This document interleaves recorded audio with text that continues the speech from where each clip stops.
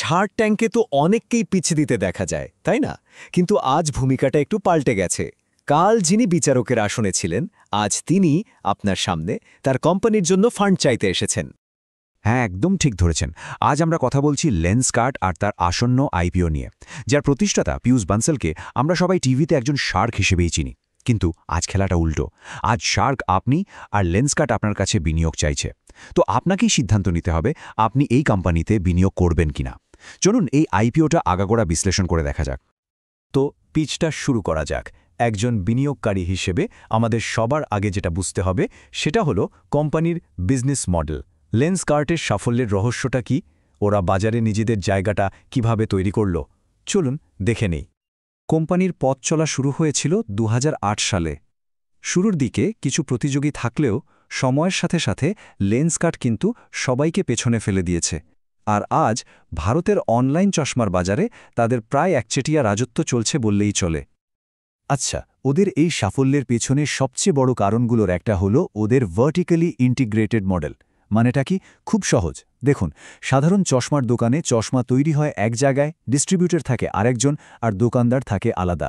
কিন্তু লেন্সকার্ট চশমা তৈরি করা থেকে শুরু করে লেন্স কাটা, ফিটিং করা আর একদম শেষে গ্রাহকের হাতে পৌঁছে দেওয়া পর্যন্ত পুরো কাজটাই নিজেরা কন্ট্রোল করে।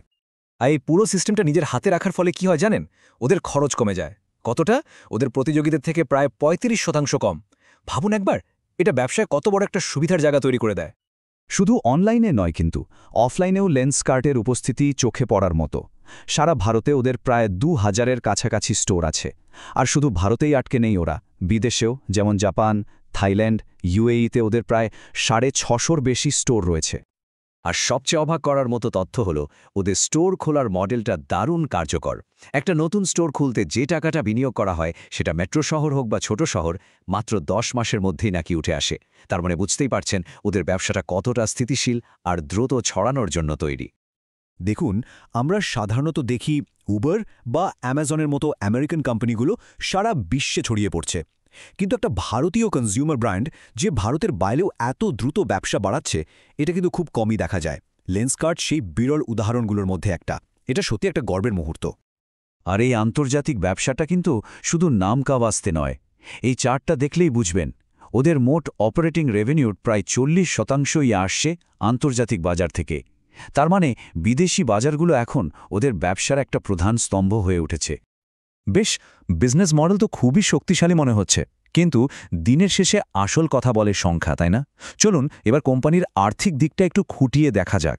একটা স্টার্টআপ থেকে লাভজনক কোম্পানিতে ওদের জার্নিটা কেমন ছিল? প্রথমেই ওদের আয় দেখুন, গ্রাফটা কেমন তরতর করে ওপরে উঠছে। অর্থবর্ষ ২৩-এ আয় ছিল ৩,৭০০ কোটি টাকা, আর মাত্র ২ বছরে অর্থবর্ষ ২৫-এ সেটা বেড়ে দাঁড়িয়েছে প্রায় ৬,৬৫২ কোটি টাকায়। বোঝাই যাচ্ছে বাজারে ওদের প্রোডাক্টের চাহিদা বাড়ছে। কিন্তু সবথেকে গুরুত্বপূর্ণ খবরটা হলো এটা। বছরের পর বছর ধরে লোকসানে চলার পর ফাইনালি অর্থবর্ষ ২০২৫-এ কোম্পানিটি ২৯৭ কোটি টাকার লাভ করেছে। এটা কিন্তু একটা বিশাল বড় টার্ন অ্যারাউন্ড। তো এই লাভটা এলো কোথা থেকে? এর পেছনে কয়েকটা মূল কারণ আছে। প্রথমত, ওদের অপারেটিং মার্জিন প্রায় দ্বিগুণ হয়ে গেছে, মানে ৭% থেকে বেড়ে ১৫% হয়েছে। দ্বিতীয়ত, ওরা ওদের ঋণ ৯১৭ কোটি থেকে কমিয়ে ৩৪৬ কোটিতে নিয়ে এসছে, যার ফলে সুদের খরচও কমেছে। আর এর সাথে অন্যান্য আয়ের বৃদ্ধি তো আছেই। সবকিছুই তো বেশ পজিটিভ লাগছে, তাই না? কিন্তু একজন ভালো বিনিয়োগকারী হিসেবে আমাদের কিন্তু মুদ্রার অন্য পিঠটাও দেখতে হবে। এই আইপিওর সাথে কি কি ঝুঁকি বা চিন্তার বিষয় জড়িয়ে আছে? চলুন এবার সেই কঠিন প্রশ্নগুলো করা যাক। আর এখানেই আসছে প্রথম এবং সবচেয়ে বড় চিন্তার কারণটা, ভ্যালুয়েশন।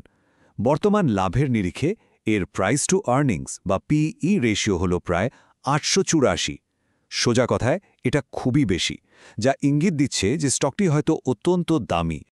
আর এই চড়া ভ্যালুয়েশনের গল্পটা কিন্তু আমাদের কাছে নতুন নয়। মনে করে দেখুন নাইকা, পেটিএম, কার্ট্রেডের কথা। এই সব হাই প্রোফাইল টেক আইপিওগুলো এরকমই চড়া ভ্যালুয়েশন নিয়ে এসেছিল এবং বাজারে আসার পর রীতিমতো সংগ্রাম করেছে। হ্যাঁ, লেন্সকার্টের ক্ষেত্রে একটা বড় পার্থক্য হলো ওরা এখন লাভজনক। আইপিওর ভেতরের অঙ্কটা একটু বোঝা যাক। মোট ৭,২০০ কোটি টাকার এই আইপিওর মধ্যে মাত্র ২১০০ কোটি টাকা কোম্পানির ব্যবসায় যাবে।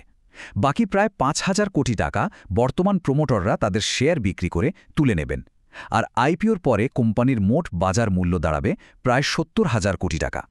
আর এখানেই দীর্ঘমেয়াদী বিনিয়োগকারীদের জন্য আসল প্রশ্নটা উঠে আসে, কোম্পানি কি ভবিষ্যতে এতটাই দ্রুত লাভ বাড়াতে পারবে যা এই ৭০,০০০ কোটি টাকার অসম্ভব প্রিমিয়াম ভ্যালুয়েশনকে সঠিক প্রমাণ করবে?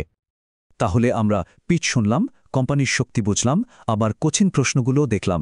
এখন সময় এসেছে সব তথ্য এক জায়গায় করে একটা সিদ্ধান্তে আসার। দেখুন, এই আইপিওকে দুটো ভিন্ন দৃষ্টিকোণ থেকে দেখা যেতে পারে।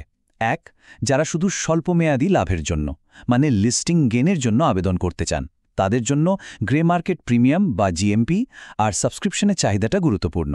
আর দুই, যারা দীর্ঘমেয়াদী বিনিয়োগকারী, তাদের জন্য কোম্পানির লাভ ধরে রাখা আর আন্তর্জাতিক বাজারে বৃদ্ধি বজায় রাখাটা জরুরি। যদি কেউ দীর্ঘমেয়াদী বিনিয়োগের কথা ভাবেন, তাহলে লিস্টিংয়ের পর কয়েকটা বিষয়ের ওপর কিন্তু কড়া নজর রাখতে হবে। যেমন, কোম্পানি কি ধারাবাহিকভাবে লাভ বাড়াতে পারছে, ওদের অপারেটিং মার্জিন কি ১৫% থেকে বেড়ে ২০%-এর দিকে এগোতে পারবে, আর আন্তর্জাতিক বাজারে ওদের পারফরম্যান্স কেমন থাকছে। দীর্ঘমেয়াদী বিনিয়োগকারীদের জন্য আমাদের সূত্রগুলোর বিশ্লেষণ বলছে, হয়তো তাড়াহুড়ো না করে একটু অপেক্ষা করাই ভালো। আরও কয়েকটা কোয়ার্টারের ফলাফল দেখলে বোঝা যাবে কোম্পানির লাভের গ্রোথটা টেকসই কিনা। তখন ছবিটা আরও স্পষ্ট হবে। তো বেশ শেষ, সব তথ্য, সব বিশ্লেষণ আপনার সামনে। এখন শার্ক হিসাবে সিদ্ধান্ত নেওয়ার পালা আপনার। আপনি কি লেন্সকার্টকে ফান্ড দেবেন, নাকি আই এম আউট বলবেন? আপনার রায় কি?